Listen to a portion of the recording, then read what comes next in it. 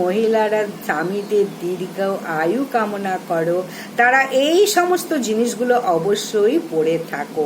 কানে সবসময় কানের দুল থাকবে, নাকের ছাবি থাকবে এবং সিঁথিতে সিঁদুর, হাতে শাঁখা পলা সব সময় তারা পরে থাকবে।